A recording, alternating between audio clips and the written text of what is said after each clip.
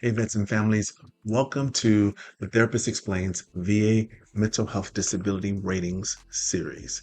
This is your guide to understanding how the VA decides claims for PTSD, anxiety, depression, and other mental health conditions. Listen, if you're a veteran and you're battling PTSD or depression, you know that the fight doesn't end when you hang up the uniform. So I'm approaching this series both as a veteran who's lived it, all of these, some of these concerns, and as a trauma-focused therapist who has counseled others through it, and I'm still counseling others through these mental health concerns. That means you'll get a unique perspective, a lived experience, and I'll back it with research and clinical insight so that you can navigate your claim with clarity and confidence. Listen, VA mental health ratings are based on 38 CFR 4.130, the general rating formula for mental disorders. It's how your symptoms are translated into percentages ranging from 0 to 100%. And so we'll break down each diagnosis using the DSM-5 TR. This is the same manual that therapists and the VA use to define mental health conditions. I got one right here. You'll see exactly how your symptoms align with VA criteria and how to strengthen your evidence. Every episode that I do is going to include a DSM-5 TR overview of the condition, a research highlight, a proven VA claim strategy, and then some practical steps to help you build a strong evidence-based claim. You can also download my free guide. It's the VA Mental Health Claim Self-Assessment and Decision Tree. This is linked in the description and it's pinned in a comment. This is going to help you organize your symptoms, match them to the VA rating scale, and then prepare for your C&P exam with confidence. If you or another veteran needs immediate help, please call the Veterans Crisis Line at 988 and then simply press 1. You are never alone, and you've got help in this fight for your mental health and for your well-being. I want to be along on the ride and along on the journey with you. So before we start, let me give you a quick disclaimer. This content is for educational purposes only. I don't give legal, clinical, or medical advice. Royal Rock Counseling and Consulting LLC is not affiliated with the VA, and we don't prosecute claims. We do help you understand the process and connect you to qualified professionals if necessary. If you find this content helpful, please like it, subscribe it, hit the notification bell so you don't miss future videos. Your support helps this channel reach more veterans and families who need clear, trustworthy guidance and advice on mental health and VA claims and things that can help their families live well and live well. So thank you to everybody who's already subscribed and commented and shared. You're part of the community helping veterans take back their voice, their health, and their future. So without further ado, let's begin your journey toward a fully developed VA claim that's informed, confident, and empowered. These videos aren't going to be that long, but they will all help you live royally and live well. Thanks for watching, and I'll see you in the series. In this video, vets and families, we are going to talk about substance medication induced neurocognitive disorder. And this is a touchy one because anytime you talk about substance use or substance abuse in the military, you run into the policy of no tolerance for drug use. And so, very interesting category of VA claims disorders. But we're going to dig into a little bit to see where those two roads meet with regard to being able to have, like having a substance use disorder and then, versus it being something disciplinary. So let's look into it just a little bit. We won't have all the answers, but let's try to see some of the things that we can figure out. So VA rating, VA Diagnostic Code 9326, substance medication induced neurocognitive disorder. It covers substance medication induced neurocognitive disorders evaluated under the general rating formula for mental disorders. Excuse me. Rated at 0 to 100% based on occupational and social impairment. And then the common etiologies are alcohol, opioids, sedatives, or toxic exposure related to brain injury. This is considered a mental health condition rather than purely physical brain damage, as some might suggest from the specific substances that are being used by the veteran. The Diagnostic Code 9326 applies when a veteran develops cognitive deficits like memory loss, poor executive functioning, or personality changes. It's caused or aggravated by substance use or medication effects. The VA uses a generating formula for mental disorders, assigning a percentage based on how symptoms limit a veteran's ability to function socially and occupationally. This diagnostic code often overlaps with comorbid PTSD, depression, or TBI, making accurate evaluation and service connection complex but crucial. Again, other symptoms mask as what could be substance abuse medication induced neurocognitive disorder. And so that's why it takes a trained clinician, a trained psychologist or psychiatrist, a trained medical professional to make sure that this isn't ruled out by some other diagnosis. And so here's some diagnostical criteria and clinical features of substance induced neurocognitive disorder.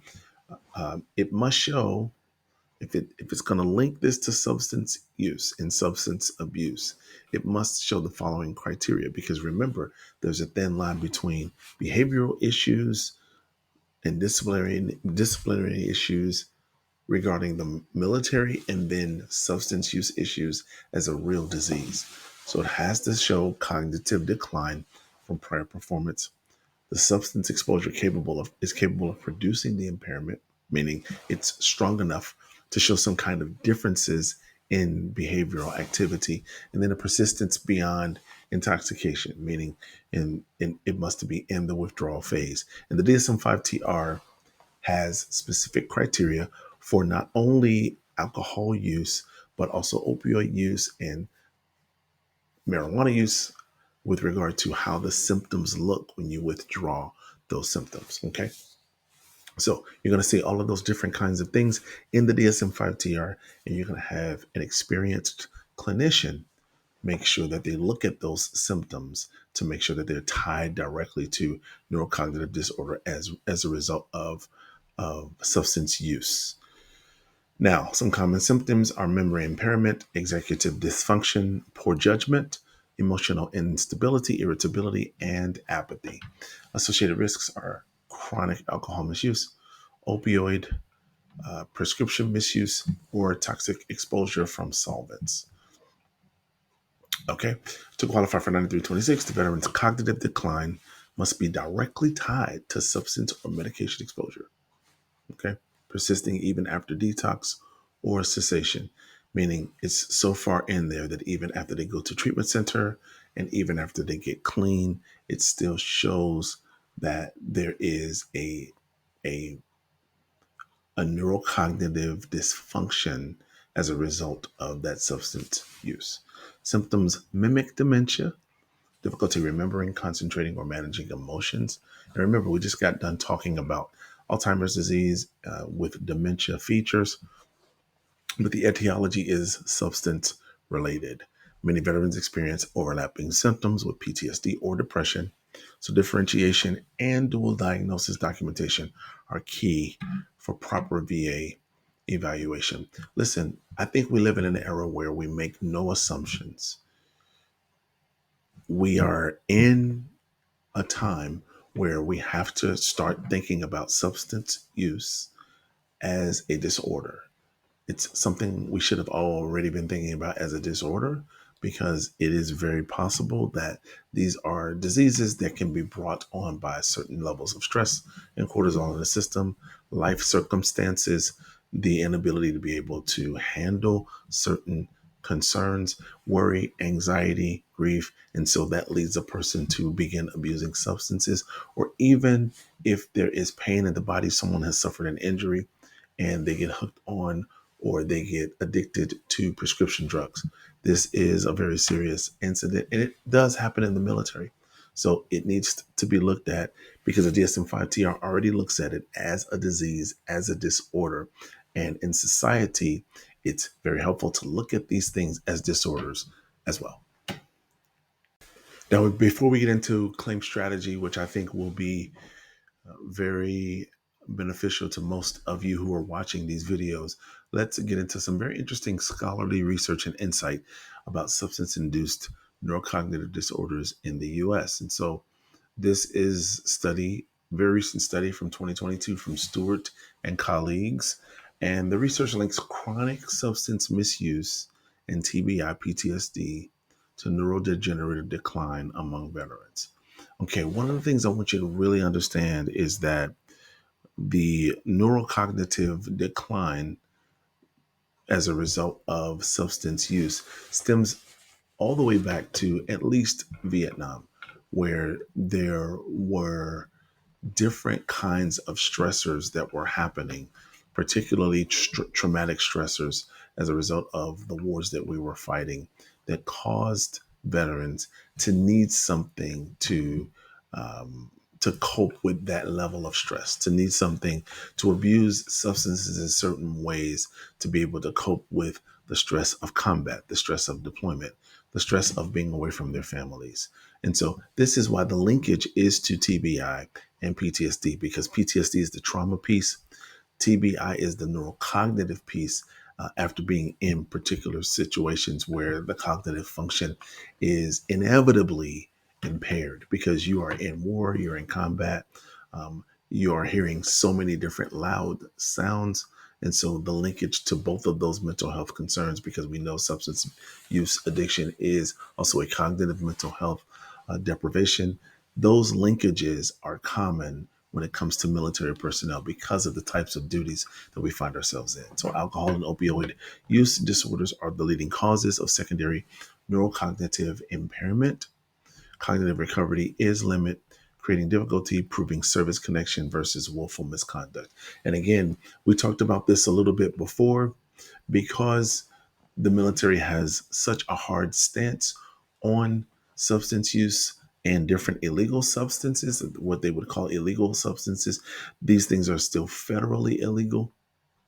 And so, even though in most states or in a lot of states these days, for example, you have the legalization of things like marijuana use, there is still a federal mandate against marijuana use, particularly a federal mandate, a UCMJ mandate against military members using substances of those kinds. And even when military members drink alcohol, there are limitations and restrictions on the behavioral aspect of drinking alcohol. That's what makes this very, very difficult because you have to separate between someone who is just exhibiting willful misconduct and someone who actually has an alcohol substance use related disease or disorder, right? The DSM-5 characterizes it as a disorder or disease, and it gives you the characteristics. Now, the behavioral element, obviously, depending on who you work for or where you are, there are different ways in which that is seen. Generally speaking, the military sees it from a very strict perspective because we have to stay on mission and we cannot be under the influence of any type of substance while we're trying to perform the mission. So that's what makes it very difficult here. Comorbid PTSD and depression complicate diagnostic clarity and VA adjudication. And so those are, again, symptoms masking as pseudo substance use disorder, neurocognitive condition, and clinicians thinking that it's PTSD or clinicians thinking that it's a TBI or major depressive disorder or something else when it actually is that particular condition. Scholarly studies have consistently found that veterans with alcohol or opioid dependence show higher rates of cognitive impairment even years after abstinence. The main challenge in VA claims is establishing causation versus aggravation. That's it. Causation versus aggravation. The VA may argue that the disorder is due to willful misconduct unless evidence shows it resulted from service-connected trauma. We were talking about this earlier, TBI, or prescribed medications. Quoting peer-reviewed studies is a little knock on wood. Quoting peer-reviewed studies strengthens credibility and helps demonstrate that neurocognitive decline can be a secondary result of service-related factors, not just substance misuse. Very important that you examine first yourself, draw a concentric circle, right? You examine yourself, right? And then you examine the external factors that align with you having the circumstances that align with you having these codependencies. It might be anything in your environment, and then you make that an outlier. You make an even more outlier of stressors and other external things that might be impacting you on a daily basis that have a causality to push you to substance use. Okay, family, let me get you out of here on a two-part claim strategy that I hope will be valuable and beneficial to you and your family as you seek to claim the condition of substance use neurocognitive disorder. So the first thing you want to do, as in anything else that we do, is you want to gather comprehensive neuropsychological testing and neurology evaluations. Anytime you're doing anything with the neurological system, or the neurological condition, you want to gather that testing because you always want to see what's what lies beneath. You know, no pun intended. You want to see what lies beneath. So you want to obtain toxicology, imaging, MRI, CT, and lab results to show persistent cognitive impairment. You want to demonstrate that the substance use was service connected, that it was secondary to something else, PTSD, TBI, or any kind of pain management that you were having to deal with. Prescribed medication induced, not voluntary misuse. Prescribed medication induced, meaning you were in so much pain you had to keep taking the medicine, you had to keep taking the medicine, and it's not your fault that you became codependent or addicted or developed an addiction to the medicine. Have to be able to show those things in your records and show those things in the documentation that you're able to pull. Collect lay statements from family caregivers describing changes in memory, emotion, and judgment. Include treatment records showing abstinence but persistent impairment, meaning even during the times that you were not using those substances, there was still cognitive impairment. There were still things going on that had nothing to do with the induced substances. And so, because remember, the DSM-5 TR characterizes withdrawal, and when you've been in remission for some time. And so it can get very complex and very complicated, but it is doable, and it is possible to be able to show a connection or a through thread between all of those things. And you can say, hey, listen, even when I was sober, I was still having these cognitive impairments. So it had nothing to do with my misuse of the substance. It really, really was as a secondary result of these things that I was going through. Include treatment records showing abstinence but persistent impairment when filing for a 9326 condition. The claim must clearly separate voluntary use from service related or medically induced exposure. Neuropsychological reports, caregiver statements, and imaging provide a factual baseline. If the veteran's alcohol or opioid use was secondary to PTSD, chronic pain, or prescribed medication, the claim should emphasize causation or aggravation, not willful misconduct. That distinction can make or break service connection. Listen, where this is going to really come through is in your personal statements. And honestly, folks who are in this category tend to be folks who are also in the category of trying to get discharge upgrades. Let me say something. Even when you're attempting to get a discharge upgrade, some of the same criteria will serve you well. Make sure that you are telling your story. Make sure you are documenting exactly what happened with you, what you were going through, what you were feeling, the stress and the relational and social and occupational um, harm that you were experiencing that led you to any level of substance use, any level of substance abuse. And make sure you document those on the appropriate forms and make sure that you are factual, make sure you're current, accurate, and complete in everything that you say. And I think you'll have an opportunity to get a favorable decision and you'll give yourself a chance. And so here's part two of the strategy. Again, legal framing and advocacy tactic. It's called for reference of M21-1, Education Manual and Guidance on Secondary Service Connection and Substance Abuse. Obtain a medical nexus letter. Y'all know how I feel about nexus letters.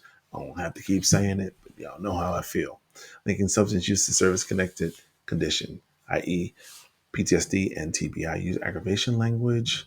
Remember, aggravation is one of the 5 types of claims that you can do, right? Meaning you had something before service, it got aggravated while you were in. You want to use that language. You don't want to use misuse language. You want to use aggravation language. And related, it worsened neurocognitive decline, highlight functional impairment, evidence, loss of independence, supervision, unemployability. Consider TDIU or special monthly compensation when functional loss is severe. The VA often denies these claims due to willful misconduct. However, citing M21-1 policy, if substance use was a symptom or coping mechanism for a service-connected condition resulting in neurocognitive decline can be service-connected on a secondary or aggravated basis. Frame the argument through nexus and functionality. Document how cognitive symptoms cause unemployability, isolation, or supervision needs, supporting higher ratings or TDIU consideration. You can do this if you take your time and outline exactly what happened, right? And stay persistent, stay on top of it. Okay, but you can outline it. Particularly if you're telling the truth about why you got addicted to certain substances, you can definitely make this happen.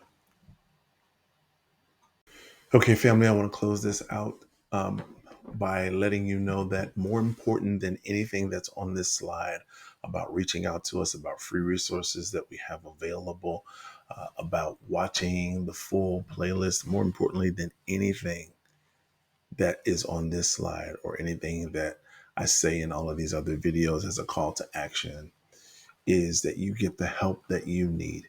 If you find yourself in a crisis, mental health or otherwise, and you need help, please dial 988, press 1. I know that there are, we are in a government shutdown right now as a result of me recording this video. I believe the shutdown is still going, but there are local services available for you. Do me a favor and make sure that you contact your local mental health services folks, to make sure that they can get you. And most of these local folks, most of them, they cater to veterans. Most of them have programs specifically available for veterans. You'll just have to check your city, check your state, just to make sure that you qualify for those programs. And in most cases, you just have to either show your veteran ID or you have to show your DD 214 in order to be able to get care. It is my belief that no one should be turned away for care, particularly as we are entering into the holiday season, and particularly as it relates to veterans having been impacted by the shutdown, veterans having been impacted by the recent rifts and layoffs. Please, if you need help, there is hope, there is a better way, and there is always someone who is willing to assist you. Call the hotline, call the numbers that are available to you, reach out to friends and family and the support networks that you have, reach out to different counseling centers who offer counseling for these types of circumstances. And please know that you are not alone. Thanks for watching. I hope to see you on the next video. And always remember to live royally and live well. I hope you guys enjoyed this video. Thank you for watching. If you want any more information about the subject of this series, be sure to check out the playlist right here. And remember, live royally and live well. Thanks for watching, and I'll see you in the next one.